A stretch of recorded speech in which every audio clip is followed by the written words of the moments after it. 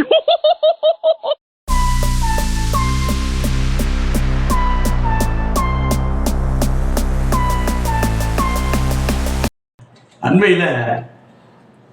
நம்ம தமிழ்நாடு முதலமைச்சர் தூய்மை பணியாளர்களுக்கு தூய்மை பணி என்பது ஒரு வேலை அல்ல, அது ஒரு புனிதமான பணி, அவர்களுக்கு நிறைய செய்ய வேண்டும் என்று ஒரு திட்டத்தை அறிவித்திருக்கிறார்.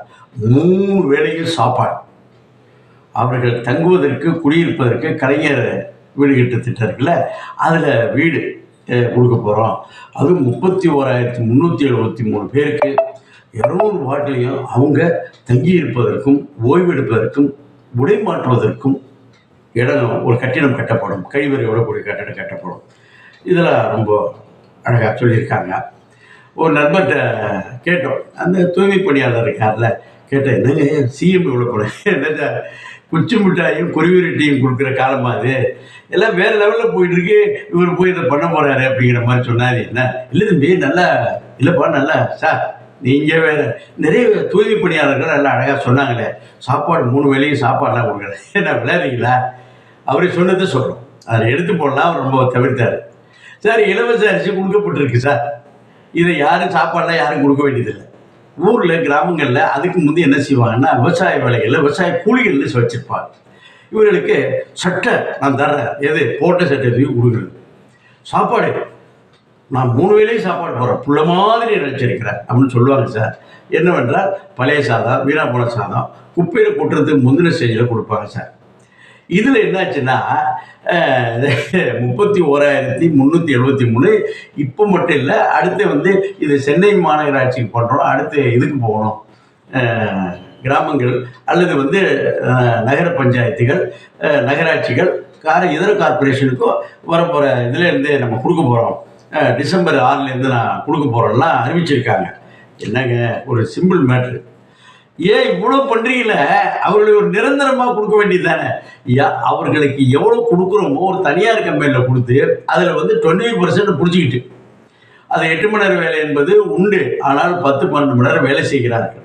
இன்னும் சொல்ல போனால் முன்னாள் இதில் சைதை துரைசாமி இருந்த மரியாதைக்குரிய மேயர் இருந்தப்போ என்ன சொன்னார்னா, இந்த குப்பை கூட்டுறது இதெல்லாம் இரவு வேலையில் செய்யணும், நைட்டு 10 மணிக்கு மேலே 11 மணிக்கு மேலே ஆரம்பித்து காலைல 5 மணி நேரம். அதில் என்ன திருட்டு கூட்டமே இல்லாமல் போச்சு. தூய்மை பணியாளர்கள் தூய்மை பண்ணும்பொழுது தூக்கம் தவிர்த்தா கூட பகலில் போய் சின்ன சின்ன வேலைகள் செய்யும். இவர்களுக்கு லோனு வேலை கொடுக்குறாங்களா? இவ்வளோ மண்ணுக்கட்டி இருக்குங்க. அப்போ குச்சி மிட்டாய் குருவிட்டு கொடுத்த கதை தானே. ஏங்க அவங்க ஒன்றும் இல்லை, ஒரு 20,000 ரூபா கொடுக்குறீங்க, யார் தூய்மை பணி ஏதோ கணக்கு பண்ணி கொடுக்குறீங்க. அந்த 20,000 ரூபாயை ஒரு 2 வருஷம் 3 வருஷம் எல்லாத்தையும் ஓப்பனில் எல்லா சமூக நீதி திராவிட மாடல் இருக்குல்ல, எல்லாத்தையும் கூப்பிட்டு வாங்கப்பா அப்படி எல்லா கம்யூனல் ரொட்டேஷன் பேசிஸில் கொடுங்க. நிறைய இடத்துல என்ன பண்ணுவாங்க, இந்த மாதிரி இதர ஜாதியினர் இதர பிரிவினர் உயர் பிரிவினர் என்ன பண்ணுவாங்கன்னா, அவர் சம்பளத்தை வாங்கிட்டு அவர் இன்னொரு கூலிக்கு ஒரு ஆள் போட்டு போவாங்க. அந்த இடத்துல நடந்துகிட்டு இருக்கு, இன்றைக்கும் நடக்குது. பர்மனெண்ட் அந்த ஸ்கேவெஞ்சர்ஸ் இருக்காங்கல்ல, விடுவார்கள், பணங்காசு கொடுத்து வந்துடுவார், பணங்காசு கொடுத்து தான் வர்றான். ஏன்னா உள்ளாட்சி அமைப்புகள்லாம் அவங்க தான் தேர்வு பண்ணணும் செய்து விடுகிறார்கள்.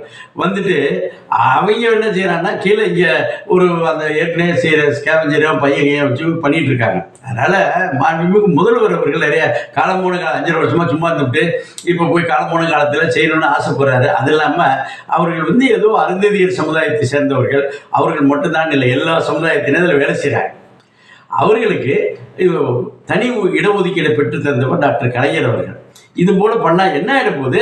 20,000 ரூபா ஒரு கணக்கு பண்ணி கொடுத்தோம்னா என்ன ஆகிட போகுது வருஷத்துக்கு? அதாவது இதை என்ன செய்யலாம், ஒரு கன்சல்டேட் கவர்மெண்ட் கூடியாங்கிறான். அவங்க கேட்குறது கவர்மெண்ட் கூட. அப்புறம் சுப்ரீம் கோர்ட்டில் ஒரு வழக்கு போடுச்சு, நம்மளாம் வீடு 11 மாதத்துக்கு போடுறோம்ல, 11 மாதத்துக்கு ஏன்னா புத்திசாலித்தனம் பண்ணுறாங்களாம்.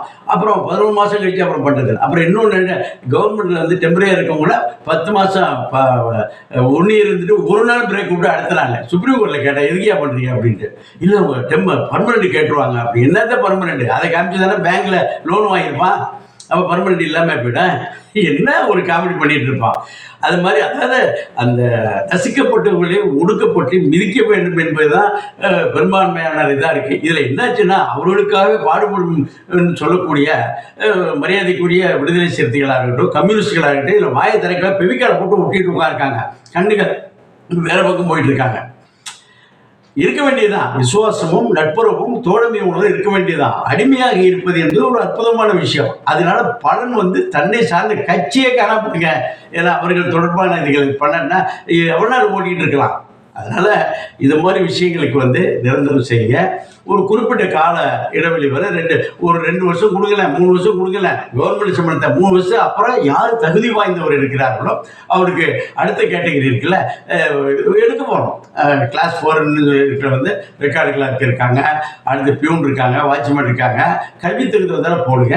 அதுக்கு மேலே உள்ள ப்ரொமோஷன்ஸ் கொடுக்கலாம். அதுக்கு மேலே கேட்டகரி வைஸ் கொடுக்கலாம். ஒரு பர்சன்டேஜ் ஒதுக்கி நேரடியாக நான் அதை கொடுத்துட்டு இருக்காங்க நிறைய. அதை சேர்த்து விட்டுவிட்டு நான் அது குச்சி மிட்டாய் குருவி ரொட்டி கொடுத்துட்டேன், ஆகா புள்ளரிச்சி புலகாயத்தை போட்டு மொத்த ஓட்டும் போடாமல் வெளியே தானாக வச்சுக்கிட்டு சொந்த காசில் சூனியம் வைக்கிறதுன்னு தான். ஏன் கொடுக்கறது யாரு? அதாவது அந்த வார்த்தை சொல்ல வரல.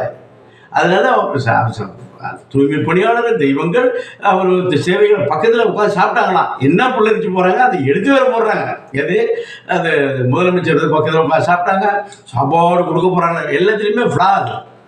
பக்கத்தில் உட்காந்து சாப்பிட்றதில்ல, ஓட்டு கேட்க போகிறதில்ல, கெஞ்சிரம்ல கூத்தாரம்ல இதை பர்மனெண்ட் ஃபிக்ஸ் பண்ணுறது கோட்டை தான் கொடுக்காங்க. அதனால் அந்த ஸ்கேவெஞ்சர்ஸ் எல்லாருமே இந்த 39,373 பேரையும் போடுங்க. ஒரு 20,000 சம்பளம் நீங்கள் வந்து கம்பெனி கொடுத்து அங்கேருந்து கட்டிங்க இல்லை வாங்க, நான் உள்ள சொல்ல வரல. அதெல்லாம் நீங்கள் வாங்கவில்லை. அப்படியே மனிதர்கள் புரிதர்கள் அப்படி கொடுக்குற காசு அப்படி தான் பண்ணிடுவீங்க. அங்கே போய் அங்கே உள்ள கவுன்சிலரே சொல்கிறாங்க, ஏவா ஒரு 5 பேர் போட்டு எனக்கு கொடுத்துருப்பா காசை சொல்கிறாங்க. இதெல்லாம் வந்து ஓட்டை இருக்கிறது.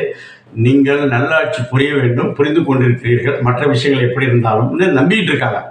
மேலும் மேலும் போய் சிக்கலில் மாட்டி நிற்காதீங்க. பார்த்துங்க இதை மறுபடியும் எல்லாம் படிச்சுட்டான், கம்ப்யூட்டர் படிச்சுட்டான், நிறைய வேர்ல்டு ஃபுல்லாக செல்லை வச்சுட்டு உலகமே பார்த்துக்கிட்டு இருக்கான்.